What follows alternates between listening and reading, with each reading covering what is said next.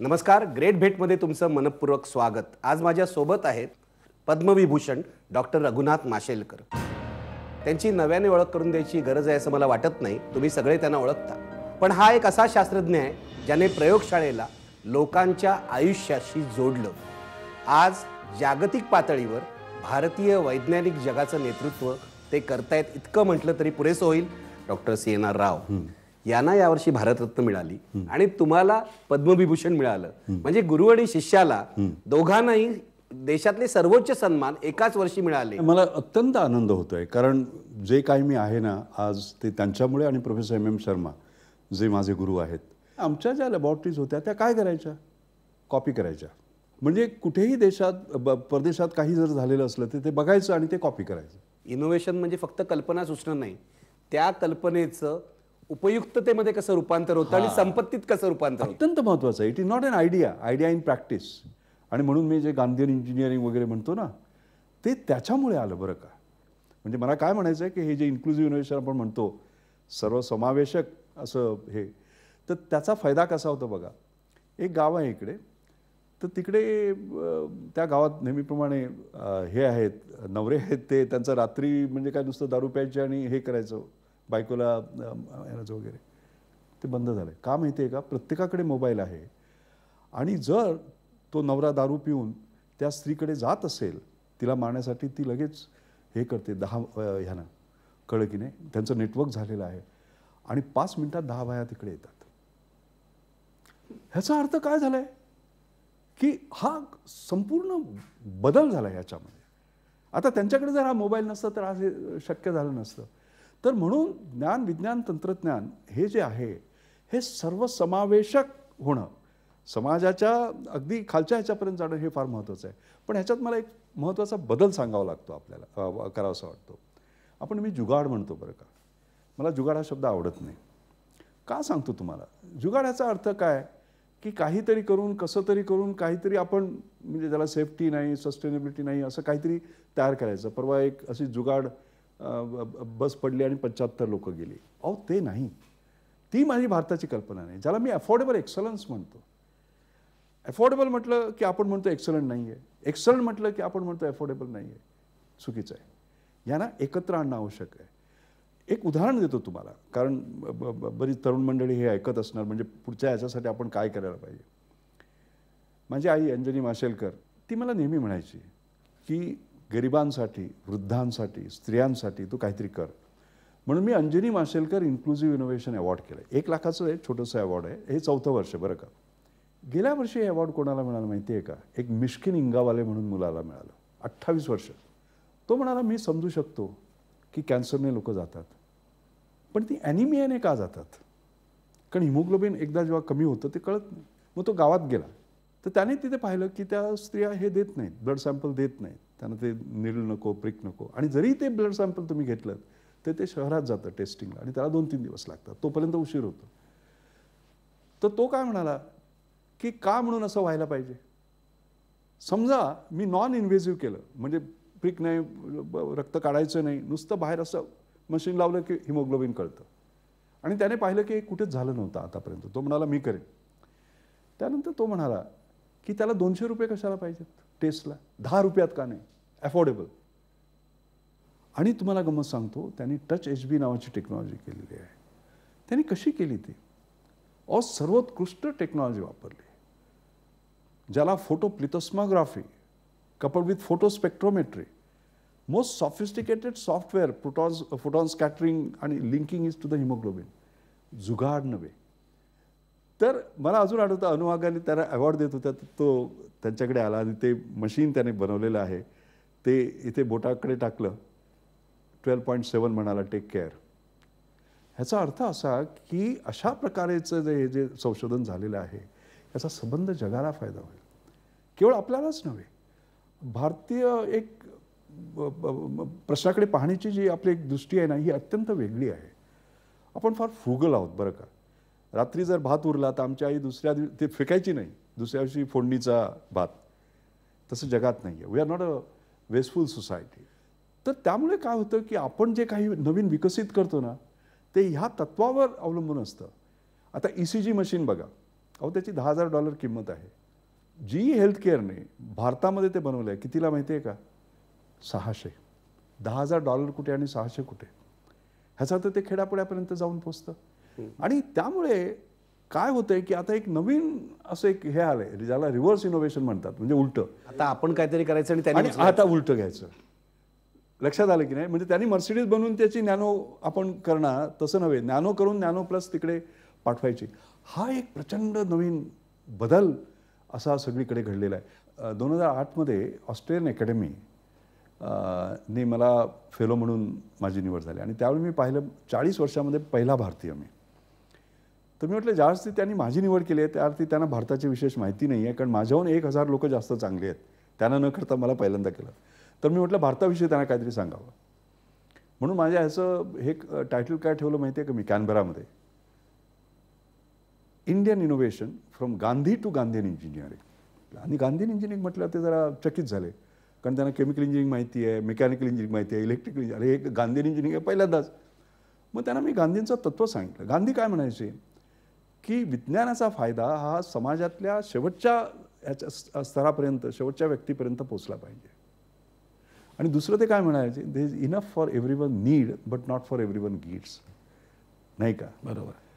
आणि हे मी एकत्र करून getting more from less for more people हे केलं. कारण getting more from less for more profit हे सगळ्यांना माहिती होतं, पण getting more from less for more people. आणि तुम्हाला गंमत सांगतो, हे झालं तर मॅजिक झाल्यासारखं झालं. सगळीकडे ते गांधीयन इंजिनिअरिंगचं हे झालं. व्हिएतनामचे डेप्युटी प्राईम मिनिस्टर होते, त्यांनी ते गांधीयन इंजिनिअरिंगचे वाचलं. मला त्यांनी बोलवलं 2 वर्षापूर्वी. 30 मिनिटासाठीच ते येणार होते. 3 तास राहिले माझ्याबरोबर. आणि त्यांना ते इतकं पटलं की त्यांनी व्हिएतनाम इन्क्लुझिव्ह इनोव्हेशन प्रोजेक्ट केलं. कितीचं माहिती आहे का? $53 मिलियन, जवळजवळ 300 कोटीचं. वर्ल्ड बँकेने त्यांना सपोर्ट केलं, गेल्या ह्याच्यात सुरू झालेलं आहे.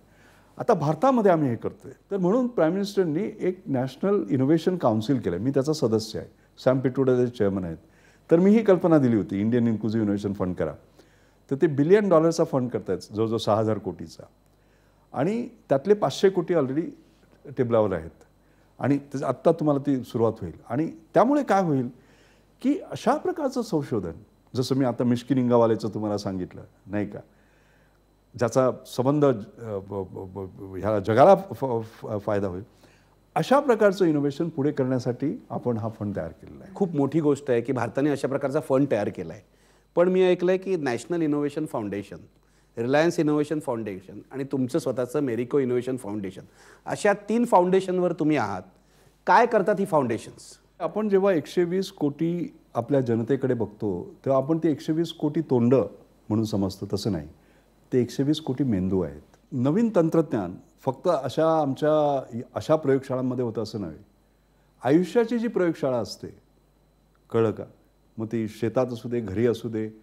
मला आता हा प्रश्न पडलेला आहे, याचं मला उत्तर मी स्वतः शोधून काढणार म्हणून जे काढतात अशा लोकांचं कधी कौतुक होतं नसेल. गावोगावी अशी लोक, गावोगावी अशी लोक आहेत. म्हणून आम्ही नॅशनल इनोव्हेशन फाउंडेशन केलं. त्याचा मी अध्यक्ष आता जवळजवळ 2000 मध्ये झाला, आता 14 वर्ष मी त्याचा अध्यक्ष आहे. मी असं ऐकलं की या फाउंडेशनकडे जे अर्ज येतात ते लाखात असतात. म्हणून लाखात असतात. जरी मी अध्यक्ष असलो तरी त्याच्यामधलं खरं स्पिरिट आहे ते प्रोफेसर अनिल गुप्ता, IIM अहमदाबाद. कळलं की नाही? प्रचंड. मी त्याला मॉडर्न गांधी म्हणतो. अहो ते शोधयात्रा करतात. शोधयात्रा म्हणजे काय? गावोगावी 15 किलोमीटर 20 किलोमीटर चालणार, मग कुणी काय हे केलं त्याचा शोध घेतात. दर 2 वर्षांनी आमची एक कॉम्पिटिशन असते, स्पर्धा असते बरं का. आणि त्या स्पर्धेमध्ये लाखोच्याहून जास्त अर्ज येतात आणि त्यातनं फक्त 30 आम्ही हे देतो. कशा प्रकारचे शोध इथे? आता एक सांगतो तुम्हाला, एक साधी गोष्ट सांगतो, म्हणजे एक उदाहरणानं तुम्हाला कळेल. रेम्या एक मुलगी केरळामधली 12वीत शिकत होती. तिचे वडील कॅन्सरने आजारी होते. तिची आईसुद्धा नेहमी आजारी असायची. आणि ती घरी आल्यावर तिला कपडे पण धुवा आणि अभ्यास पण करा असं असायचं.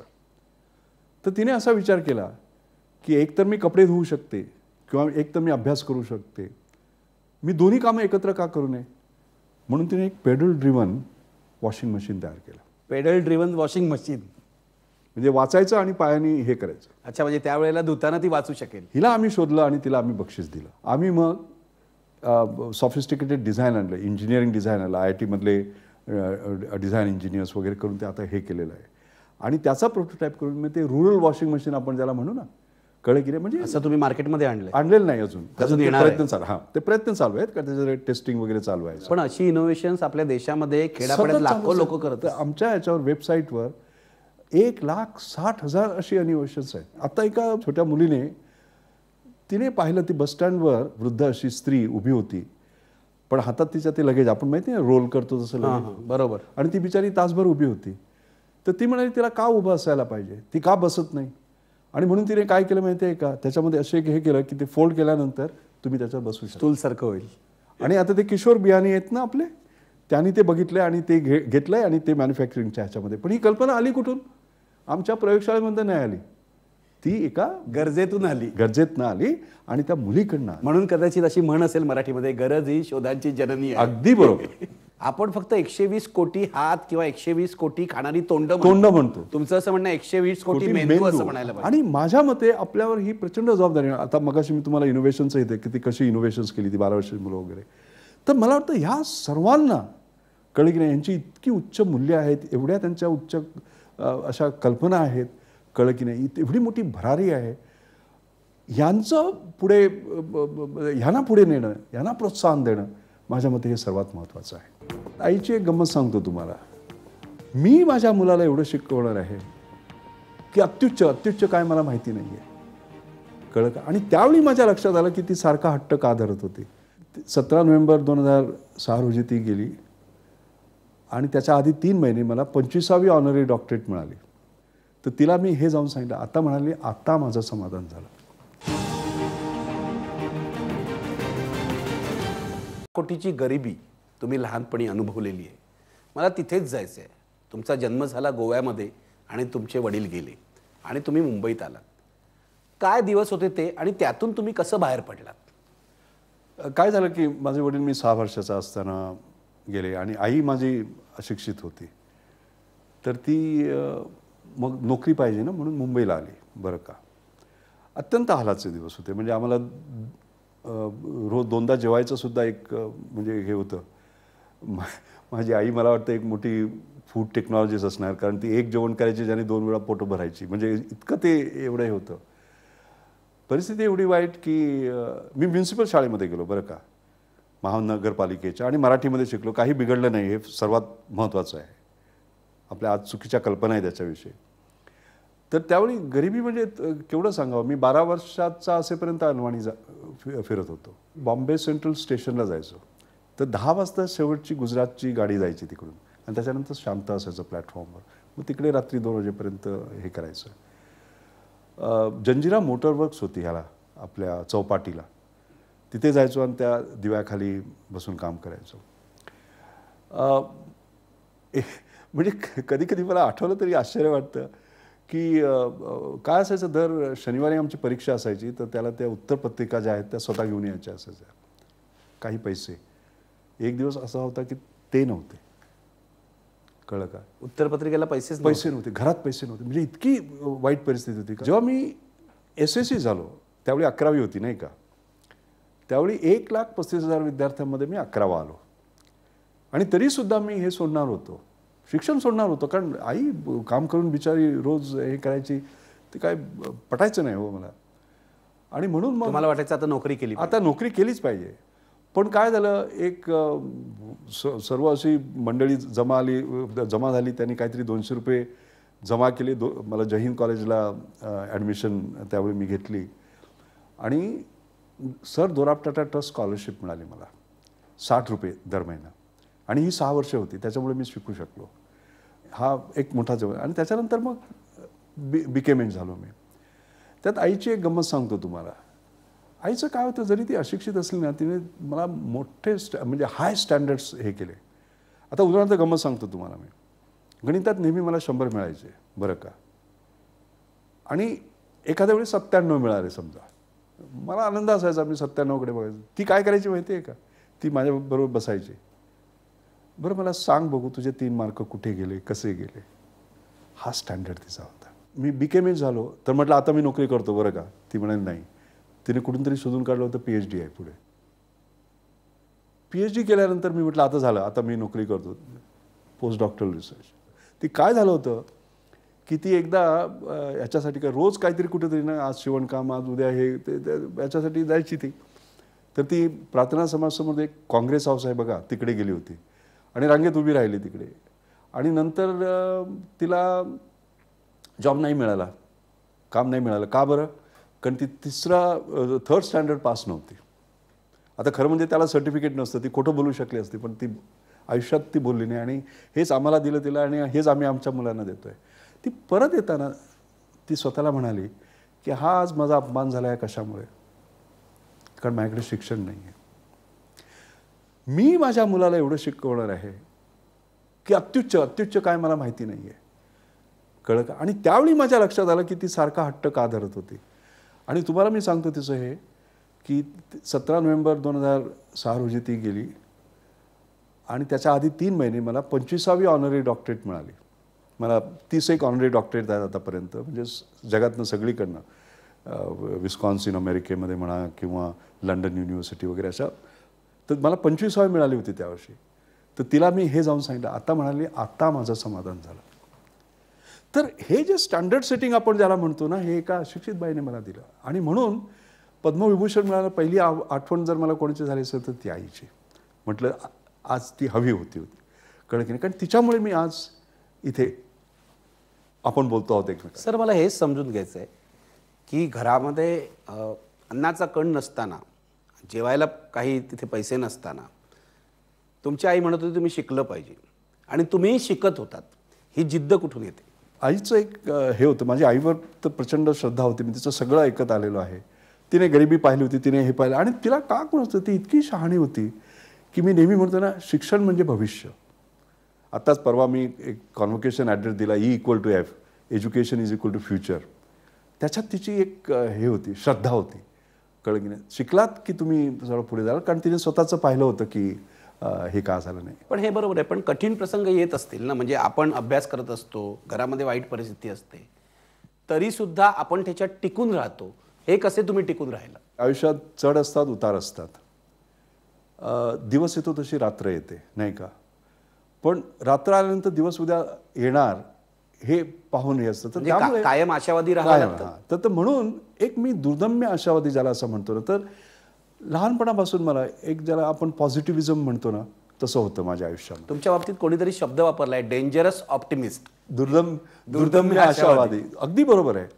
तर त्यामुळे माझं काय होतं की जर अर्धा ग्लास भरलेला असला, अर्धा ग्लास रिकामा असला, तर बऱ्याच वेळी आपण अर्ध्या रिकाम्या ग्लासावर एडिटोरियल्स लिहितो. मी अर्ध्या भरलेल्या ग्लासावर. जेव्हा अंधार होतो, तिकडे 5-6 व्यक्ती बसलेल्या असतात. ते म्हणतात अरे काय हे अंधार आहे. आणि दुसरा कोणतरी जाऊन एक मेणबत्ती घेऊन येतो आणि ते लाईट करतो.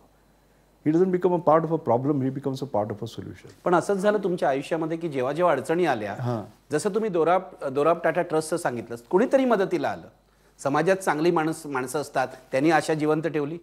दिल्ली युनिव्हर्सिटीमध्ये मला आठवतं एक फिजिक्स टीचर्स असोसिएशनने मला बोलवलं होतं. आणि त्यावेळी बराच दिल्ली युनिव्हर्सिटीमध्ये हे चाललं होतं, आंदोलन चाललं होतं. तर मला अजून आठवतं की तो फिजिक्स टीचर असोसिएशनचा जो हा होता, सेक्रेटरी होता, त्याने मला इंट्रोड्यूस केलं आणि म्हणाला की we are all in a coma. आपण कोमामध्ये आहोत. नाव doctor Mashelkar will tell us what to do. आता मला फक्त 10 सेकंद होते माईकला येण्यापर्यंत. याचा अर्थ कोमा म्हणजे याचा अर्थ ते एवढे निराशवाद तिकडे होता आणि ते पुढचे 2 दिवस त्यांनी नुसत्या ह्याच्यात घालवले असते. तर मी काय म्हटलं माहिती आहे का, maybe he did not mean a coma, he meant a comma, that we are at a comma, स्वल्पविराम. आणि कॉमाचं महत्त्व काय असतं, तुम्ही अर्धच वाक्य लिहिलं आहे पण उरलेलं वाक्य नाही लिहिलेलं तुम्ही. आणि मी लोकांकडनं शिकलो आहे बरं का कितीतरी. मला अजून आठवतं नंदू नाटेकरांनी मला आणि सुनील गावस्करला एकदा जेवायला बोलवलं होतं. एक 10-12 वर्षापूर्वीची गोष्ट आहे. सुनीलला मी विचारलं की तुझ्या यशाचं रहस्य काय वगैरे वगैरे. तर त्याने एक मला फार सुंदर हे सांगितलं. काय माहिती आहे का, की म्हणे असं व्हायचं की फास्ट बॉलर्स, आणि तुम्हाला माहिती आहे ना ते वेस्ट इंडिजचे 6-6-6.5 फूट, ते म्हणे ते एवढ्या लांब असायचे की आम्हाला असं बघायला तिकडून धावत यायचे वगैरे. बॉल यायचा आमचा कम्प्लिटली मिस व्हायचा आणि तो मिस झाला की सगळीकडे हसवायचं. कळलं की. आणि त्यावेळी at that time you are a defeated man, तुमचा प्रचंड पराभव सगळ्यांच्या ह्याच्यातनं झालेला आहे. तर तो म्हणाला की मी एक अशी टेंडन्सी डेव्हलप केली होती असं एक की पुढचा बॉल फेस करताना ह्या बॉलची जी मेमरी होती ना ती मी कम्प्लिटली वाईफ ऑफ करायचो, जणू काय मी माझा पहिला बॉल ठरवलं. हे याच्यामध्ये केवढा मोठं हे आहे बघा. आपलं काय होतं, काहीतरी हे झालं ना की आपण अरे हे करत राहतो आपण.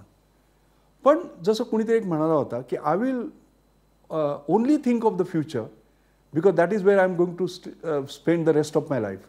मी फक्त भविष्याचा विचार करेन. म्हणजे प्रत्येक दिवस ही नवी सुरुवात आहे, नवीन सुरुवात आहे असं आपण मानलं पाहिजे. देवाने दिलेली ही नवीन संधी आहे असं मानलं पाहिजे. प्रत्येक क्षण हा मोलाचा आहे असं मानलं पाहिजे. आणि त्यातनं आपण काय कन्स्ट्रक्टिव्ह करू शकू, केवळ स्वतःसाठी नव्हे, समाजासाठी, देशासाठी, हे फार महत्त्वाचं आहे. कॉन्व्हेक्स लेन्स लिडरशिप मी सांगतो काय ते. आपली ही कॉन्व्हेक्स लेन्स आहे, भोरगोल भिंग आहे.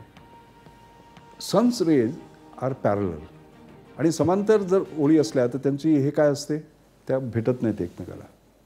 हे भोरगोल भिंग काय करतं, न भेटणाऱ्या त्यांना एकत्र आणतं.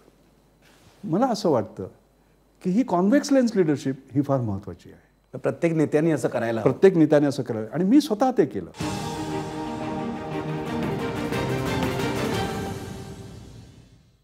मी अनेक वेळा सांगितलंय, मला माहिती आहे, भाषणातूनही बोललेलं आहे, पण मला ते आजच्या पिढीसाठी तुम्ही पुन्हा सांगायला हवं आहे.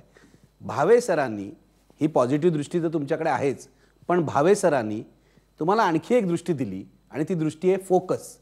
तुमच्या कामावर फोकस करा. काय तो प्रसंग होता? काय व्हायचं माहिती आहे का, आमची शाळा तशी गरीब होती बरं का, युनियन हायस्कूल.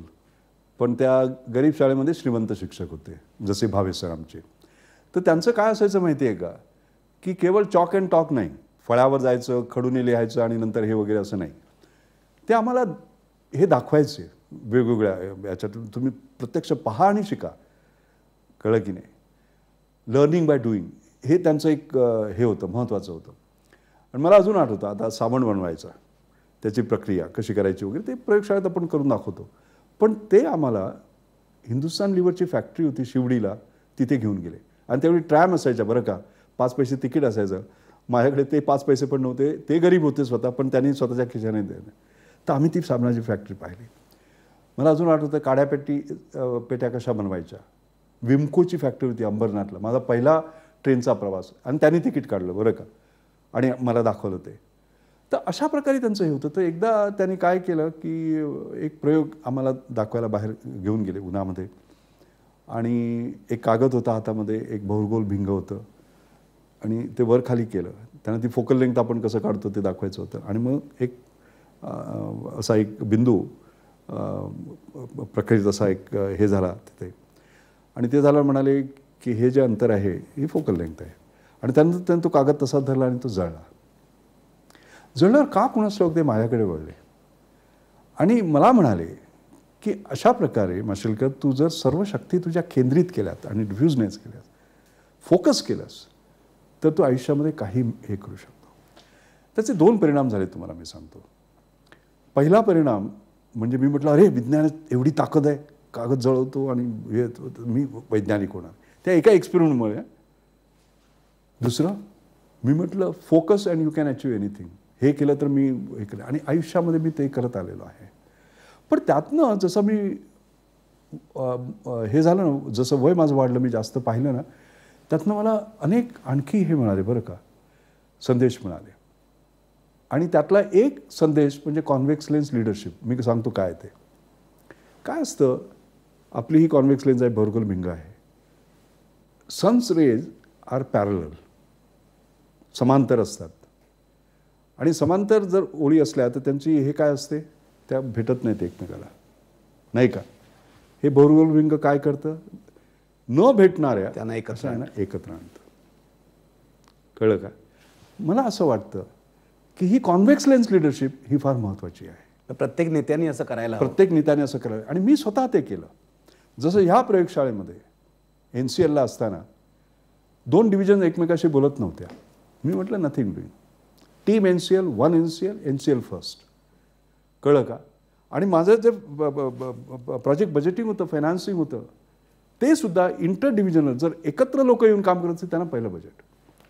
त्यानंतर CSRला गेलो. ह्याच ह्याच्यामधनं कॉन्व्हेक्स लेन्स लिडरशिप एकत्र आणणं. CSRला गेलं, मी पाहिलं 40 लॅबॉरेटरी एकमेकांशी भांडत होत्या. म्हटलं nothing doing, team CSR, one CSR. कळलं का? आणि तुम्हाला मी सांगतो, ज्या संस्थेमध्ये 2 लॅबॉरेटरीज एकत्र येत नव्हत्या, जेव्हा मी रिटायर झालो 31 डिसेंबरला, तेव्हा अनेक असे हे होते आणि त्यातल्या एका प्रयोगामध्ये 19 लॅबॉरेटरीज एकत्र काम करत होत्या. 19, ना 2-3 वगैरे, इतकं जवळ आलं. हा झाला त्याच्यावरचं. त्याच्यानंतर मी देशासाठी new millennium Indian technology leadership initiative असा हे केला. तिथे सुद्धा कॉन्व्हेक्स लेन्स लिडरशिप आणली. ती कशी? कारण काय व्हायचं, उद्योग एका बाजूला आणि आपले शास्त्रज्ञ दुसऱ्या बाजूला वगैरे वगैरे. म्हटलं या सगळ्यांना एकत्र आणलं पाहिजे. आणि लीडरशिप, नेतृत्व, कळलं का? कारण काय असतं की आपण जेव्हा कॉपिंग करत असतो, रिव्हर्स इंजिनिअरिंग करत असतो, तेव्हा we are following, not leading. तर लीड करायला पाहिजे. आता लीड करायचं म्हटलं की आपण रिस्क घेणार, कारण कुणीही केलेलं नाही ते आपण करणार, नाही का? आणि त्याच्यामध्ये फेल्युअर असणार कुठेतरी. म्हणून मी गव्हर्नमेंटला परस्युएट केलं की पैसे तुम्ही द्या उद्योगांना, कळलं की नाही, की ते अशा ह्याच्यावर काम करतील की ज्याच्यामुळे देशाचा फायदा होईल. आणि तुम्हाला मी सांगतो, ती कॉन्व्हेक्स लेन्स लिडरशिप एवढी जमली की मी 31 डिसेंबर 2006ला जेव्हा बाहेर पडलो, तेव्हा 100हून जास्त उद्योग आणि 250हून जास्त प्रयोगशाळा एकत्र काम करत होत्या. लॅबॉरेटरी झाली, CSR झालं, देश झाला, आता आंतरराष्ट्रीय. जसं आपण NCLमध्ये बसलेलो आहोत, 40 अशा NCL म्हणजे CSR इंडिया, तसं CSR Australia, CSR south Africa, Fraunhofer Gesellschaft Germany, VTT Finland, TNO Netherlands, DTI Denmark, Battelle US, या अशा संस्था सगळ्या, त्याचा मी अध्यक्ष आहे आता. त्याला ग्लोबल रिसर्च अलायन्स असं म्हणतात. त्या एकत्र आलेल्या आहेत, कळलं का? आणि याच्यामध्ये केवढा फरक आहे बघा, भारत कुठे आणि अमेरिका कुठे, कळलं का? पण एका भारतीय शास्त्रज्ञाला त्यांनी अध्यक्ष केले. केलेलं आहे. आणि ते अध्यक्ष करताना सुद्धा एक कंडिशन मी घातली होती बरं का. मी म्हटलं मी कुठे इथे याला वगैरे न्यूयॉर्कला, वॉशिंग्टनला किंवा लंडनला बसणार नाही, पुण्यामध्ये मी बसणार. पुण्यामध्ये जर तुम्ही हे करत असाल तर करतो. आणि त्यांनी ते ॲक्सेप्ट केलं. ते फार पण हा अलायन्स करतो काय? आम्ही हे आता व्हिएतनाम इन्क्लुझिव्ह इनोव्हेशन प्रोजेक्ट मी म्हटलं ना, $43 मिलियन ते आम्हीच डिझाईन केलं एकत्र येऊन सगळ्यांनी. आणि प्रत्येक जण आपलं ह्याच्यासाठी करत असतो, सर्वसमावेशक ह्याच्यावर. म्हणजे हे अमेरिकेसारख्या आणि युरोपियन ह्याच्यातल्या देशांना सुद्धा मी हे काम करायला आता लावलेलं आहे.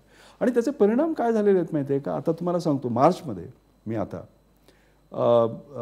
10 तारखेला 10 मार्चला युरोपियन युनियनने जवळजवळ 1200 लोक त्या पार्टिसिपंट्स आहेत, त्याला मला ओपनिंग प्लेनरी द्यायला लावलं आहे इन्क्लुझिव्ह इनोव्हेशन.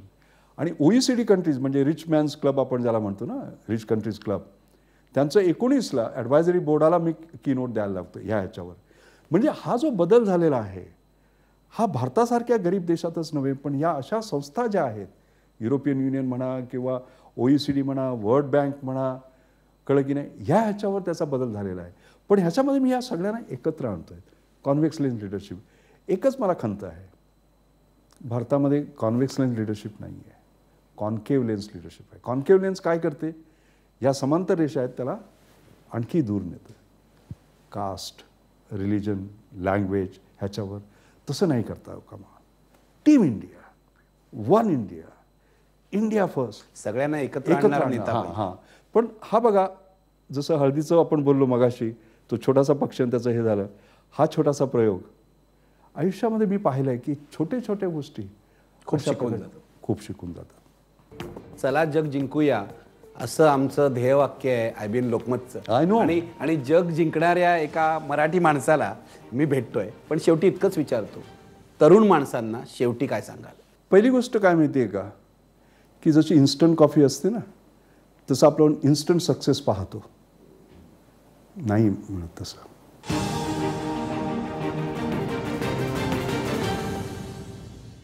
गोवा जे तुमचं गाव आहे, जे माझं सुद्धा गाव आहे, गोव्यासाठी सुद्धा तुम्ही एक व्हिजनरी प्रोजेक्ट तयार केला आहे, तुम्ही, अनिल काकोडकर, अनेक शास्त्रज्ञांनी मिळून. तो काय आहे? गोव्यात माशेलमध्ये माझा जन्म झाला आहे बरं का. आणि मला आनंद वाटतो खरंच की माझी जन्मभूमी गोवा आणि माझी कर्मभूमी महाराष्ट्र. आणि मला अत्यंत अभिमान वाटतो की मला महाराष्ट्र भूषणही मिळालं आहे आणि गोमंत विभूषणही मिळालं आहे, कळलं की नाही. म्हणजे यांनी जन्मभूमीने आणि कर्मभूमीने माझं कौतुक केलं. म्हणजे जगात सगळीकडे फिरून सुद्धा शेवटी तुम्ही गोवेकर आहात आणि मराठी महाराष्ट्रीयन आहात. अत्यंत महत्त्वाचं आहे. तर त्याच्यामध्ये काय झालं की गोव्याची जेव्हा 50 वर्ष झाली याच्यानंतर, लिबरेशन नंतर, तर त्यावेळी त्यांनी मुख्यमंत्र्यांनी त्यावेळी Goa golden jubilee development council असं तयार केलं. त्याचा मी अध्यक्ष होतो. आणि त्यामध्ये doctor Vijay Kelkar, doctor Vijay Bhatkar, doctor Anil Kakodkar, doctor Madhav Gadgil, Charles Correa वगैरे अशी मोठी मंडळी होती. आणि आम्ही काय केलं की हे 50 वर्ष झालं, 75 वर्ष जेव्हा आपल्याला होतील 2035मध्ये, तेव्हा आपण काय असू, व्हिजन. तर त्यामध्ये मग एज्युकेशनमध्ये काय करावं, हेल्थमध्ये काय करावं, तसं मी केलं नाही. कारण मी कुठेतरी वाचत होतो की परशुरामाची कथा मी वाचली की त्याला हे केलं होतं आणि मग तो रागवला आणि त्यांचे 7 बाण मारले बघा, आणि मग समुद्र हे हरलं, तिकडे मग ती परशुराम भूमी झाली, म्हणजे गोवा. तर मी म्हटलं गोवा त्यावेळी तसं निर्माण जर झालं असेल तर आता हे कोणते 7 बाण टाकायला पाहिजेत की ज्याच्यामध्ये गोवा 2035चं तयार होईल. आणि म्हणून मी 7 मुद्दे त्याच्यामध्ये मांडले. 7 हे. पहिलं होतं सुरम्य गोवा. सुरम्य का? कारण नॅचरल ब्युटी, त्याच्यासारखं हे नाही, म्हणजे देवाने दिलेली आपल्याला एक देणगी आहे असं समजा. दुसरं म्हणजे संतुलित गोवा. आपण ऐकलं असेल मायनिंग हे ते वगैरे नाही, डेव्हलपमेंट विदाउट डिस्ट्रक्शन, ह्याचं संतुलन कसं करायचं. त्यानंतर सुसंस्कृत गोवा, गोव्याची संस्कृती पहा, एवढी कल्चर्स, कळलं का वगैरे, तर ते प्रिझर्व्ह करणं, प्रोटेक्ट करणं वगैरे हे सर्व महत्त्वाचं आहे. त्यानंतर सुविद्य गोवा, कारण आपण 21वा शतक हे ज्ञानाचं शतक म्हणतो नाही का, आणि त्यामध्ये ज्ञानाचं महत्त्व प्रचंड वाढणार आहे. त्यानंतर सुशासित गोवा, गव्हर्नन्स हा अत्यंत महत्त्वाचा आहे. भारताचं सुद्धा आज governance is the sort of big issue. आणि शेवटी सर्वात मी म्हटलं स्वानंदी गोवा, हॅपीनेस. अहो सगळा पैसा आहे तुमच्याकडे, सगळं आहे हे वगैरे, आज गोवा भारताच्या पुढे आहे. आपण पाहिलं असेल त्याचं ग्रॉस डोमेस्टिक प्रॉडक्ट भारतातून 3 पटीने जास्त आहे त्याचं. बरं, त्याचे तुम्ही हेल्थ इंडिकेटर्स पहा, चाइल्ड मॉर्टॅलिटी वगैरे आपण जे पाहतो ना, ते आपल्या विकसित देशांसारखे जवळजवळ झालेले आहेत काही. कळलं की नाही. अजून बरंच दूर जायचं आहे, पण आपण प्रगती केलेली आहे. पण ही सगळी जरी प्रगती केली तरी हॅपीनेस, शेवटी आनंद हा महत्त्वाचा आहे. ज्याला आपण यांनी ती कल्पना जी मांडली आहे की not gross domestic product but gross happiness. ते भूतानमध्ये जसं ग्रॉस हॅपीनेस मोजलं जातो तसं. अगदी बरोबर, भूतान. तर ती कल्पना घेऊन ते कसं आपण मोजायचं ही कल्पना मी मांडली. आणि ते 7 मुद्दे. आता तुम्हाला जी गंमत मी सांगतो, ही कमिटी झाली होती काँग्रेस गव्हर्नमेंट असताना, आणि ती ॲक्सेप्ट केली BJP गव्हर्नमेंटने. त्यांनी असं म्हटलं नाही की ह्या गव्हर्नमेंटने केलेलं आहे, कारण त्यांनी एक मोठं पुढचं हे बघितलं. आणि मला अत्यंत आनंद होतो सांगायला, आणि मी त्याचा उल्लेख केला जेव्हा मला गोमंत विभूषण मिळालं, तेव्हा मी उल्लेख केला त्याचा की जेव्हा असेंब्लीमध्ये हे डिस्कशनला आलं, सगळे एकत्र आले आणि सगळ्यांनी कमिटीचं अभिनंदन केलं. आपण हे पुढे जाऊ आणि हे करू वगैरे वगैरे. कळलं की नाही. म्हणजे ज्याला आपण खरंच team Goa, one Goa, Goa first आपण जसं म्हणतो ना, तसं झालं होतं. तुम्हाला असं वाटत नाही महाराष्ट्राने सुद्धा असं काहीतरी करायला पाहिजे? सर्वांनी करायला पाहिजे. कारण पुढच्या 50 वर्षानंतर महाराष्ट्र कुठे असणार आहे याचं काहीतरी एक अंदाज घेतला पाहिजे. खरंच करायला पाहिजे. कारण मी हे सगळीकडे पाठवलं होतं. आपल्या राष्ट्रपतींना पाठवलं, मी पंतप्रधानांना पाठवलं, आपल्या ह्यांना उपराष्ट्रपतींना पाठवलं, सगळ्या चीफ मिनिस्टर्सना मी पाठवलं. खरंच करायला पाहिजे असं एक व्हिजन. कारण काय होतं माहिती आहे, आता आम्ही काय केलं माहिती आहे का, इथे थांबलेलं नाहीत आम्ही. कारण शेवटी हा गोवा निर्माण कोण करणार? तरुण मंडळी. तर त्यामुळे आम्ही गेल्या महिन्यामध्ये एक एसे कॉम्पिटिशन लॉन्च केली आहे की ह्युमन डेव्हलपमेंट इंडेक्स जो आहे हा ॲडव्हान्स नेशनचा असा आहे. तर त्यापर्यंत जर आपल्याला जायचं असेल, मी म्हणतो तुम्ही बेंचमार्क भारताशी करू नका, जगाशी करा. प्रत्येकाने, मी नेहमीच म्हणतो, not first in India, first in the world. लक्षात आलं की नाही.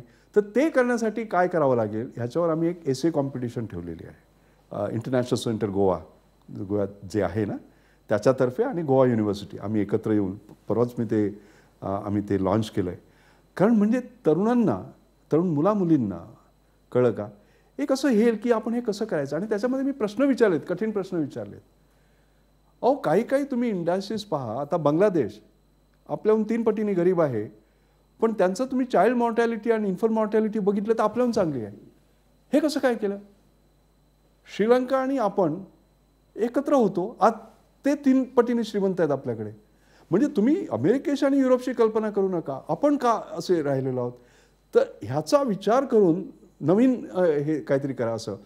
तर अशा प्रकारे हे जे विचार आहेत ना, कळलं का, ह्याने आपण आपला समाज असा सतत ह्याच्यावर चर्चा करायला पाहिजे. मग तो टेलिव्हिजनवर असो, इथे असो, तिथे असो दे, सतत. म्हणजे मला जर थोडं वाईट वाटतं की ज्या चर्चा चाललेल्या आहेत, मला असं वाटतं की भारताला पुढे कसं ठेवायचं, इंडिया फर्स्ट, माय इंडिया. कळलं की नाही? मला खूप बरं वाटतंय, कारण चला जग जिंकूया असं आमचं ध्येयवाक्य आहे IBN लोकमतचं. I know.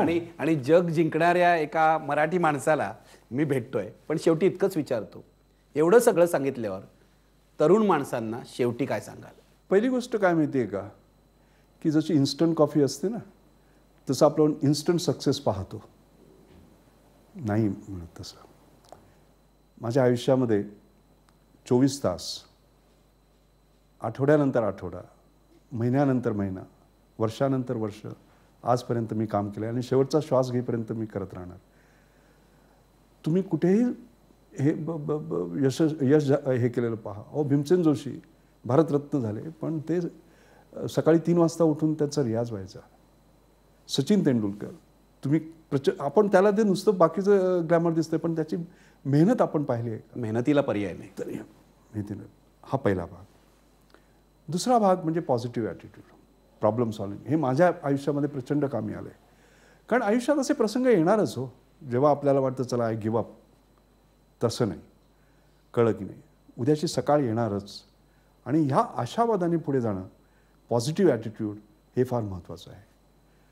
तिसरं म्हणजे आपण लिमिट्स घालतो स्वतःवर. कळलं की नाही, की मी इथपर्यंतच जाऊ शकेन, ह्याच्या पुढे मी जाऊ शकणार नाही वगैरे. हे चुकीचं आहे, आपण पाहिलं आहे. आणि माझा फेवरेट टॉपिक आहे मेकिंग इम्पॉसिबल पॉसिबल. अशक्यप्राय शक्य. माझा तरुण पिढीला हाच संदेश आहे की अशक्यप्राय शक्य करा. DD Kosambi festival of ideas होतं, त्यावेळी माझं पहिलं लेक्चर होतं. डॉक्टर APJ अब्दुल कलामांचं दुसरं, दलाई लामांचं तिसरं, डॉक्टर करण सिंग यांचं चौथं होतं. तर त्या ह्याच्यामध्ये टायटल माझं होतं इम्पॉसिबल पॉसिबल, मेकिंग इम्पॉसिबल. आणि ती तरुण मंडळी तिकडे आली होती. आणि त्यावेळी त्यांना मी म्हटलं की कुणी असा विचार केला असता की a non white will become occupy the white house. कधी केला होता विचार कोणी? झालं ना? तर अशा प्रकारे अशक्यप्राय गोष्टी शक्य होऊ शकतात जर तुम्ही हे केलं तर. हे करायला पाहिजे. आणि सगळ्यात शेवटी म्हणजे भारत, खरंच माझा भारत. म्हणून मी ह्याच्यामध्ये नेहमी सांगत असतो. 1 मिनिटाचं तुम्हाला हे सांगतो मी. इथे सायन्स काँग्रेस झाली होती, 5000 लोक आले होते, आपल्याला आठवत असेल, पंतप्रधान वगैरे सगळे. त्यावेळी मी ती पंचसूत्री दिली होती, आठवतं नाही का? तुम्हीच अध्यक्ष होता. मी अध्यक्ष होता त्यावेळी. तर त्यावेळी ते भाषण संपवतं आणि त्यावेळी भारताविषयी मी एक स्वप्न रंगवलं होतं. कळलं का? आणि त्यावेळी शेवटी संपवताना मी, मला वाटतं शेवटच्या 3-4 ओळीमध्ये माय इंडिया हे 3-4 वेळा वापरलं होतं. आणि ते भाषण सगळ्या ह्याच्या भारतात ऐकलं गेलं. आणि मला आठवतं, मला आसाममधनं एक फोन आला होता की sir, do you realise you said my India 3 times in your last few lines. तर मला ह्या तरुण मंडळीला सांगावंसं वाटतं की तुम्ही सकाळी उठलात की 5 वेळा माय इंडिया म्हणा. संध्याकाळी झोपताना, कळलं की नाही, रात्री झोपताना 5 वेळा माय इंडिया म्हणा. पण त्यावेळी असं विचारा की आज मी माझ्यासाठी हे केलं, माझ्या भारतासाठी मी काय केलं. आणि हे जर 120 कोटी जनतेने केलं ना, तर भारत कुठल्या कुठे जाईल. त्याचं स्थान तिकडे आहे, हे आपण लक्षात ठेवायला हवं. Sir, thank you very much. तुमच्यासारख्यांशी बोललं की असं वाटतं की अजूनही सगळं संपलेलं नाही, हा देश पुढे जाऊ शकतो. धन्यवाद. धन्यवाद.